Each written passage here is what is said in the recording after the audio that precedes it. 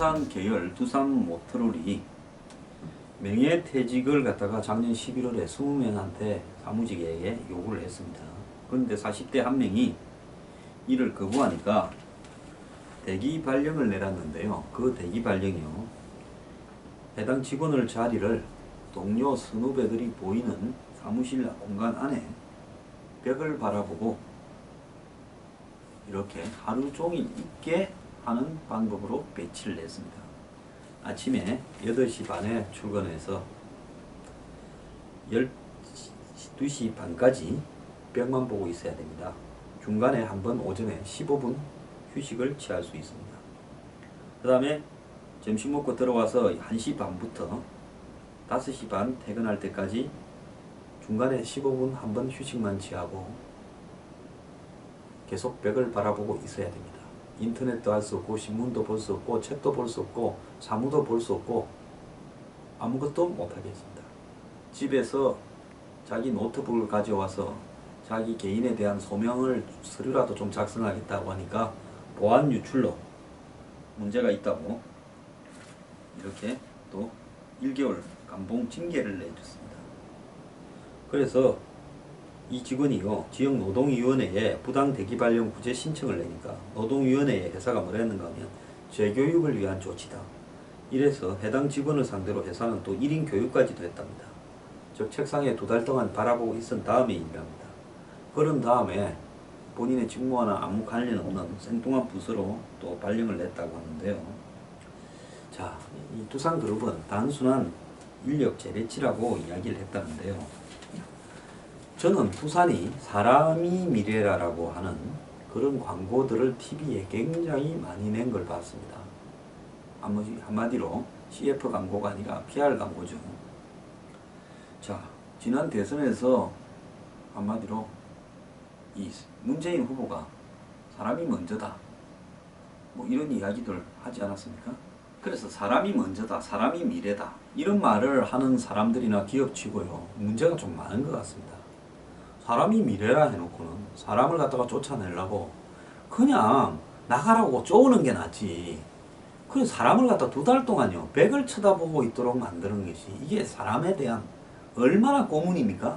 솔직히 그 사람이요, 출근해서 8시 반, 5시 반 퇴근할 때까지 아무것도 하지 못하게 하면서 벽만 보고 있게 하는 것은요, 그건 고문입니다. 사람에 대한요.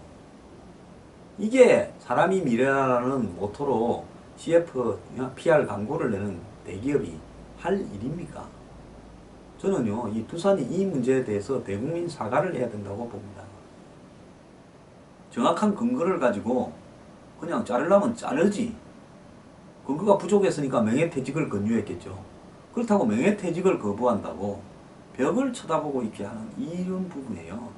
이것은 제가요, 재벌은 악마다, 제가 이렇게 이야기하면 듣기 좋습니까? 앞으로 여러분들 TV 보다가요, 두산의 PR 광고가 나오면서 굉장히 멋있게 나오죠. 사람이 미래다. 두산은 절대로 사람을 미래라고 생각하지 않고요, 사람은 소모품이다라고 생각하는 회사입니다. 자, 두산그룹은 이 문제에 대해서요, 이건 용납받을 수 없는 짓을 했습니다. 또 제가 이런 말을 하면요, 황장수는 좌파다, 또 어떤 사람이 그러겠죠. 미안하지만은 조선일보의 사설에 맹퇴 거부자 면벽 근무시킨 두산 인격 고문 아닌가라고 이렇게 사설이 나왔습니다. 저는 적어도 조선일보 정도가 이야기하는 상식에서 이야기하는 겁니다. 왜 재벌들이요 욕 처먹는지 아십니까? 이런 짓을 하기 때문에 그래요. 두산이요, 다른 대기업들한테 피해 안 가도록 오너가 사과하기 바랍니다. 저는 오너가 사과 안 하면 저도 시간 나는 대로 두산을 씹겠습니다. 참고로요, 두산은 지난해 새로 뽑은 신입 사원한테 명퇴를 권유해서 또 세상을 한번 시끄럽게 했죠. 아주 상습법입니다. 그 해 사원을 뽑아놓고 그 해 명퇴를 하라고 하면 왜 뽑았습니까? 두산은 제정신이 아니다. 저는 그렇게 정리하겠습니다. 미래경영연구소에서 회원을 모집합니다.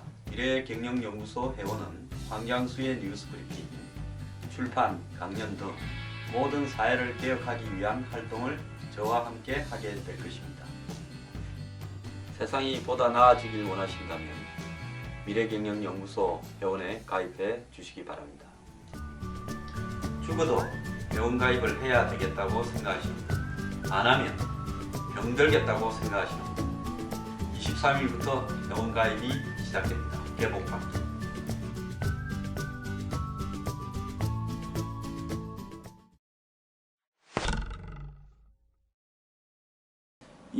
요즘 보면 연예인들이나 아이돌이나 이런 사람들은 한 프로 해갖고 성공하거나 노래 하나 히트시키고 나면 한 서너 달 또 쉬다가 다시 또 론칭하고 이런 식으로 하면서 휴직을 많이 합니다.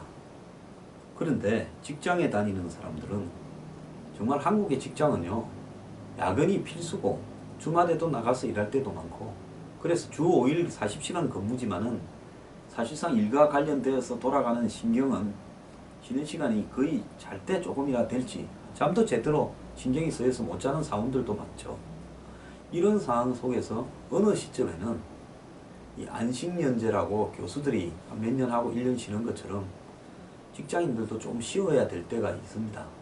얼마 전에 보니까 장성민 시사탱크 진행하는 진행자가 이제 그만뒀다고 하는데요. 작년에 2달쯤 쉬었으면 하는데 안 받아들여졌다가 이제 시청률이 떨어지니까 타이에 의해서 오래 쉬게 된 모양인데요.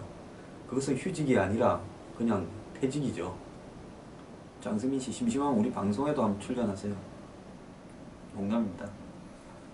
근데 이 여성들은 출산을 하거나 육아 때문에 휴직을 하는데, 또 남자들도 솔직히 말하면 몇 년씩 쉬지 않고 계속 이렇게 내몰려가면 어느 시점에는 쉬어야 될 때가 있는데 겁이 나서 휴직계를 못 낸다는 겁니다. 왜 휴직계를 못 내느냐?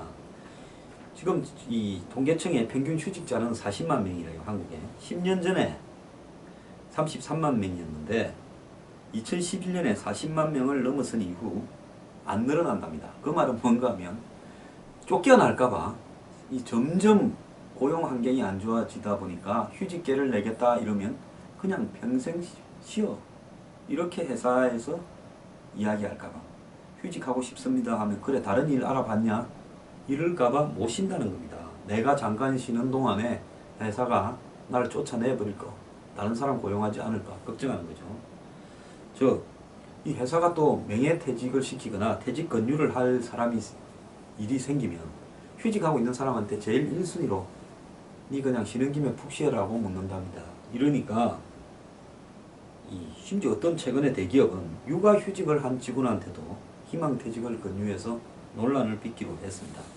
요즘요, 남자도 육아 분담을 한다 해서 남성도 육아휴직을 할 수 있게 돼 있는데, 남자가 육아휴직을 한다 그러면 뭐라고 생각하는가 하면 딴 데로 옮기려고 너 장난치냐, 안 그러면 뭐 어디 미국에 유학 가냐 이렇게 묻는다는 겁니다. 그래서 제도가 있지만은 그 제도를 써먹으려면 회사 옷 벗을 각오를 해야 되는 건데, 결국은요 휴직을 하게 되면 휴직 기간은 이 성과 평가에서 빼야 되는데, 사실 이 휴직한 사람들에 대해서는 부서를 갖다가 다른 데로 옮겨버리고 휴직 기간 동안에, 그리고 근무 평점을 갖다가 낮게 주고 이런 걸 통해가 휴직자는 저성과자가 되고 결국은 희망퇴직을 하게 되는 순서로 이어진다는 겁니다. 그래서 대한민국의 휴직은 한마디로 집에 가기 직전에야 신청할 수 있는 제도다라는 겁니다. 이런 식으로 그 고용 환경을 개선하겠다고 온갖 법과 제도는 다 만들어 놓고 누구든지 휴직을 신청할 수 있게 만들어 놓고, 실제로는 휴직을 신청하면 퇴직의 공포에 시달리는 이런 직장 문화, 노동부는 이런 데 대해서는 왜 침묵합니까? 대기업을 위해서요, 노동부가 앞장서서 여러 가지로 고용 유연화라든지 이런 부분을 하는 거 좋은데요. 대신 있는 제도들은 지키게 해줘야 되는 거 아닙니까?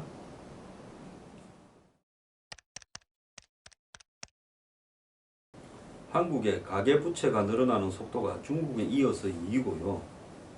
1인당 가계부채가 3,364만 원입니다. 그러면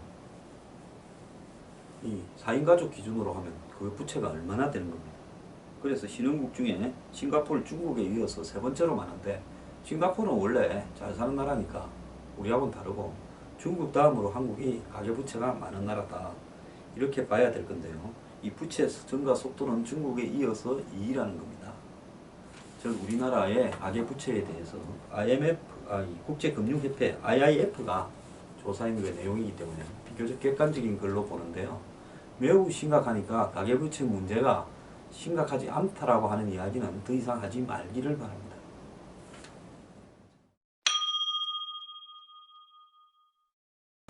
지금 요즘 일터로 40, 50대 주부들이 일하러 많이 간다는 겁니다. 전업주부가 2년 연속으로 감소한다. 즉 전업주부를 못해서 일을 해야 될 상황이 벌어지고 있다는 겁니다. 그래서 40, 50대 맞벌이가 30대보다 많다는 건데 이 주부를 하던 40, 50대가 맞벌이를 하러 간다면 주로 어떤 데 가겠습니까? 식당에 가거나 청소하러 가거나 이런 한마디로 최악의 서비스직에 이렇게 종사하면서 기껏해야 100만 원 안팎의 이 월급을 받는 걸 겁니다. 그럼 왜 이러냐? 가장이 은퇴할 때가 다 돼가는데 교육비가 부족하고 노후에 쓸 돈이 없다 보니까 불안해가지고 일을 하거나 빚에 쫓겨서 일하러 간다는 겁니다. 즉 일본이 경기 침체가 되면서 일본의 40, 50대 여성들이 일하러 굉장히 많이 나갔습니다. 이런 부분하고 비슷한데요. 이렇게 일하러 많이 나가도 고용률은 OECD 평균보다 낮다는 겁니다. 근데 여기서 이제 여성들이 우리나라에는 그만큼 일을 하는 비율이 노동 참가율이 낮았다는 거겠죠.